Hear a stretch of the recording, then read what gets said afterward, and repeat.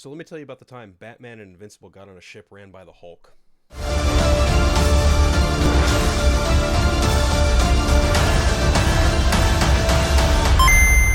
Mickey 17 hits theaters tomorrow. It was directed and written by the one and only Bong Joon-ho of Parasite fame, as well as the movie Snowpiercer starring one Chris Evans. Now, this movie, Mickey 17, is based off the novel, the same one, from Edward Ashton. I almost said Edward Ashton. See, Batman on the brain. Because Robert Pattinson stars as the titular character, Mr. Mickey Barnes, alongside one Naomi Ackie, Stephen Yeun, Toni Collette, and of course, Mark Ruffalo.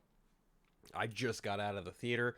What can I say about this movie without spoiling it? Well, I won't really say there isn't much to spoil per se, but I will just say that you want to go in not knowing anything else outside of what the trailers may or may not have already shown. But this movie was excellent. This movie was fantastic.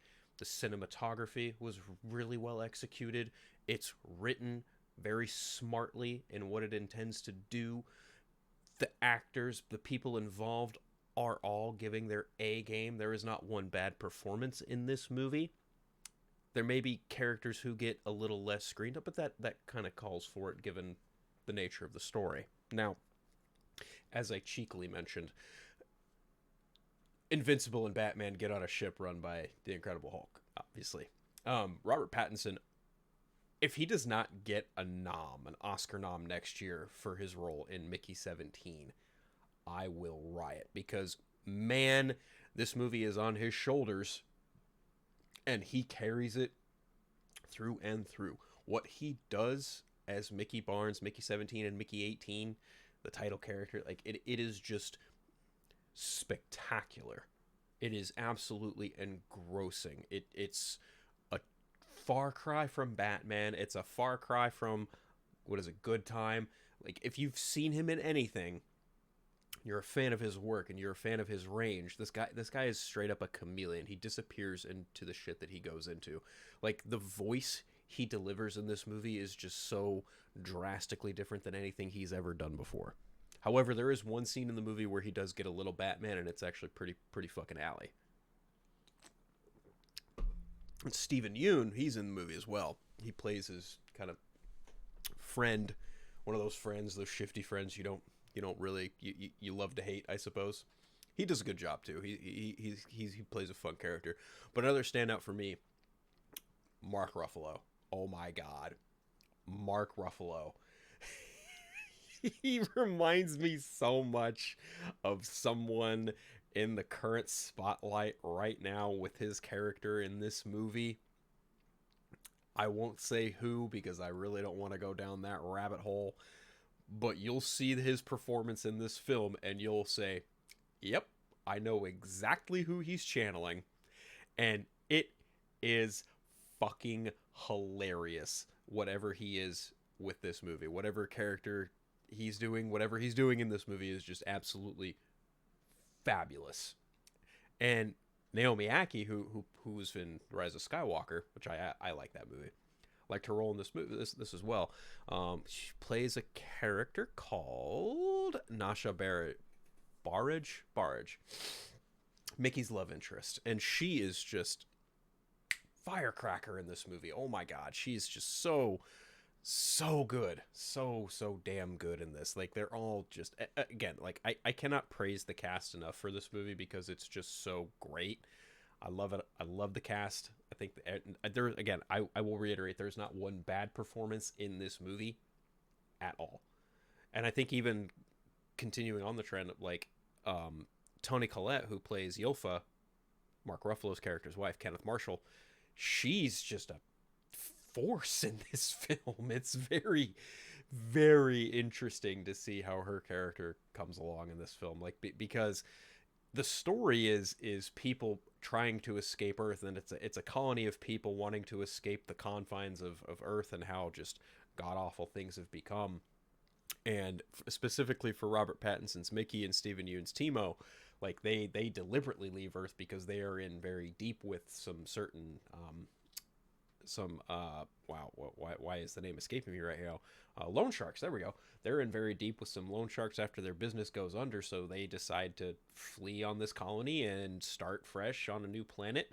And well, Mickey signs up to be what is known in this film as an expendable, meaning he will be subjected to experiments and the hard jobs that probably will end in your death. But the thing is, like, that's the novelty of this movie. It's very, like, it's got a science fiction element to it where they can literally reprint and remake bodies and reintegrate memories. It's almost Blade Runner in a way. But, like, that's the thing, like, he gets subjected to these really awful experiments. Once they get to the planet, there's like this pathogen in the air that can kill you, and he gets, you know, subjected to that, and he's the guinea pig, more or less. And like, that's the point of his character.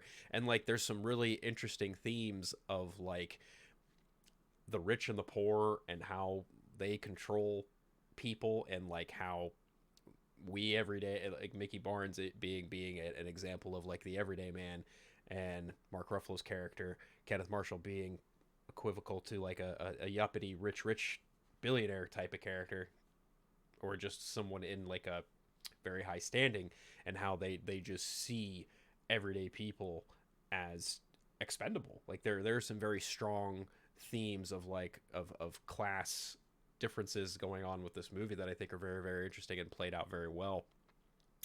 And what happens throughout the course of this film, like you just literally see different shades of both of these guys. Like you see Robert Pattinson's Mickey Barnes as Mickey 17 as well as Mickey 18, because that again, he gets like murdered and died a couple different times, and like gets to the point where like there's a Mickey 17 and a Mickey 18, and then that's a whole thing in the plot where, you know, if there's a multiple, they're called multiples, and if there are multiples, that's a no-no, period, bar none. Like, you can't have multiples, and I won't go into detail as to why, because that's a fun spoiler for the movie.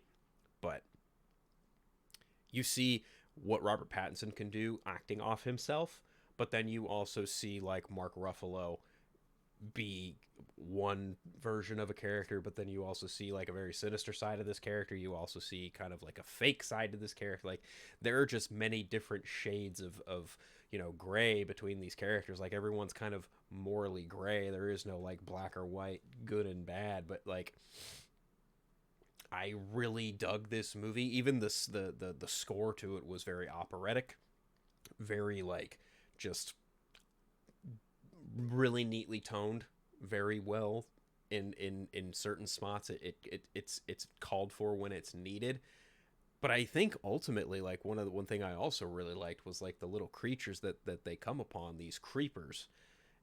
Oh my god, like, I haven't seen CGI look so brisk and crisp in a film in a long while, especially when it comes to like science fiction elements in a movie. Like these creatures on this planet they go to called Niflheim, these like big, almost like roly poly, like, oh, they're like roly polies mixed with ox because they're hairy.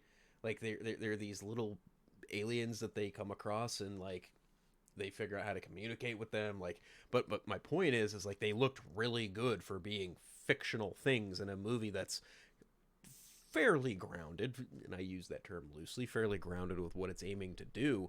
But like it's very much just like, wow, what an excellent use of your computer generated imagery. Like, when in a time when, again, I said this to a buddy of mine, when you make stuff that like that look that good, like these are on the same bar as like the sandworms in Dune. They look that good.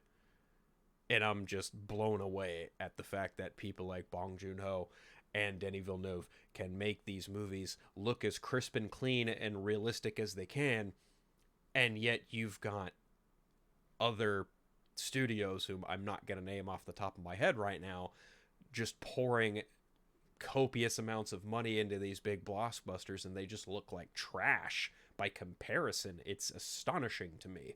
Like, I don't know. I'm really just blown away by this movie. I thought it was incredible. It is my movie of the year so far for 2025. It is very neatly edited. It flows very well. There is not a dull moment. There are moments of hilarity. There are moments of sincerity.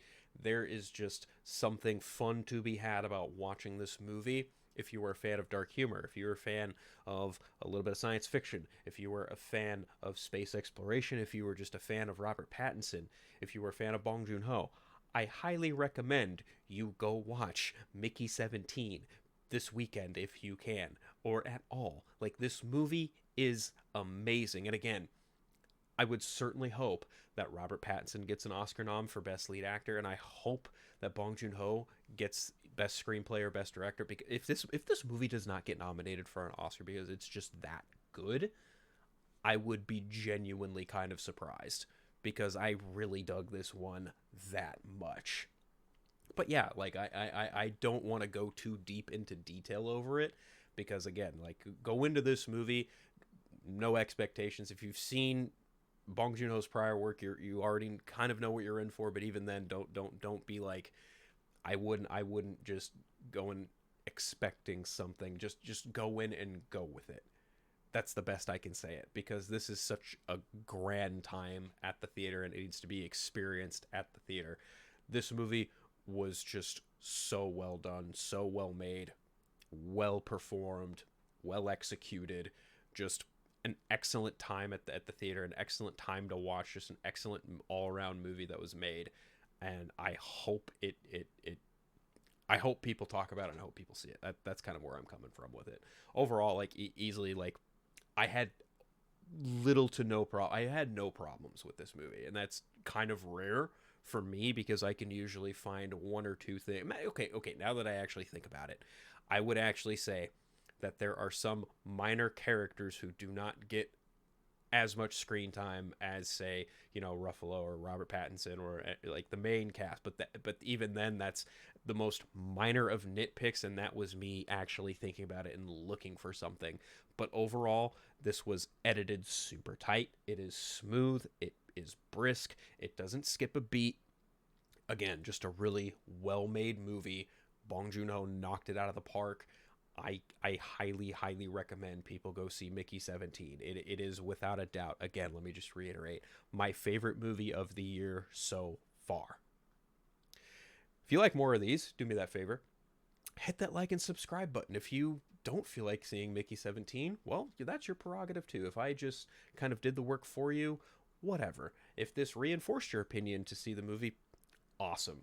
Can't wait to hear what you have to say about it. Let me know in the comment section how you feel about Mickey 17 if you have seen it. But again, that's about all I got. This was an excellent movie. Go check it out.